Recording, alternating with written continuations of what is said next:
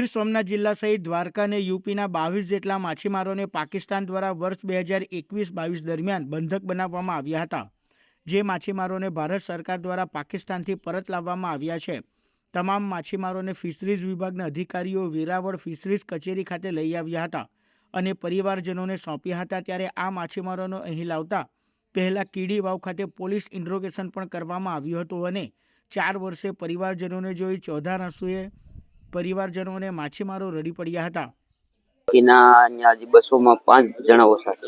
हमने बीमारी ना कारणे बीमार ज छे, बधाय हाव कमजोर थई गेला छे माणसो बधाय। कोईने हृदयनी बीमारी छे, कोईने पेटनी तकलीफ छे, कोईने हाथनी तकलीफ छे।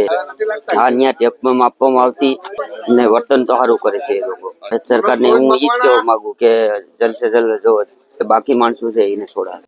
ફિશરીઝ અધિકારીના જણાવ્યા મુજબ હજુ પણ પાકિસ્તાનની જેલમાં 195 જેટલા માછીમારો કેદ છે અને તેઓ મોટાભાગે બીમારીઓનો સામનો કરી રહ્યા છે। ત્યારે અન્ય માછીમારોને પણ વહેલી તકે મુક્ત કરાવવામાં આવે તેવી માંગ ઉઠી છે।